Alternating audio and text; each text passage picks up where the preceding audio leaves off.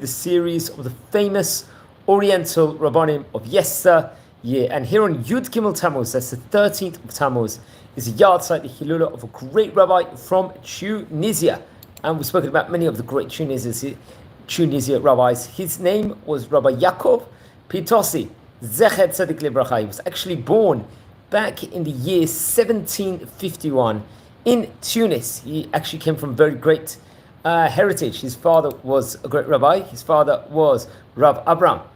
Very interesting enough. And at that point in time, there was a flourishing Jewish community and Torah community in Tunisia, respectively. And he learned Torah from various different great rabbanim over there, including Rabbi Yitzchak Lombroso, another rabbi I think we're going to speak about at one stage, Bezrat Hashem, or maybe we've already spoken about, and also Rabbi Yosef Zarka. These were really, really great rabbis, and it's actually interesting enough, after learning with these great Chachamim, I believe it was in the year 1773, he visited Maran Chida, the famous Chida, Chacham Chaim Yosef David Azulay, in one, I think maybe he was traveling in Tunis, if I am not mistaken, over there.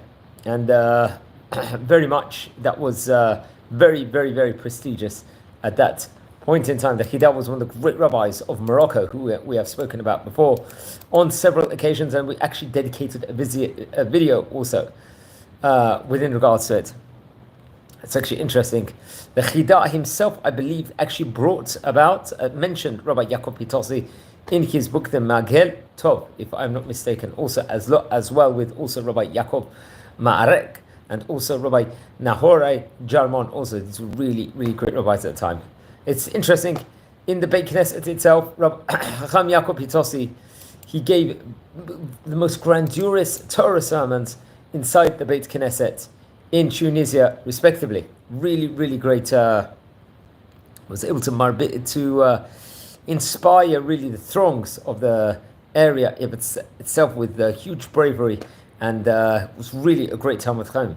Included among his Talmidim was Rabbi Mordechai Judge, we spoke about, or Gag, you could pronounce the name. Chacham Avram Rachamim Ashkenazi was another great rabbi over there, and Rabbi Mordechai Najjar, who we've spoken about also, again, on various occasions also. And I believe it was in the year 1800, right at the start of the 19th century, he decided to embark and go to the land of Israel with his wife and his son. His son's name was Chaim David, Rav Chaim David. And it's actually interesting, he was able to, I think, to meet the great rabbis of Jerusalem at that point in time. Unfortunately, there was troubled ships. I think his wife passed away once they came to Israel. I'm not too sure at what stage it was while he was in Israel, but then he was with his son, and it's actually interesting, they actually traveled together, him and his son, and were very, very well traveled. They went from Jerusalem, and I think if I'm not mistaken, they went in a shlichut, in a traveling, and visited various different communities, including Izmir, which had the flagship Torah community of Turkey over there. Obviously, it was in Tunis, so he returned there at one stage of time. Went to Tripoli, to Libya, also over there, which had a huge Jewish community, and I think Algeria also, if I am not mistaken. And during his travelings at one stage, I think he passed away on Yud Gimel Tammuz in the year 1812. That's not really tough. Kuf Ayin Bet. I think, if I'm not mistaken, he passed away in Algeria, but I'll have to double check on that. Also, he wrote many great Torah books over there.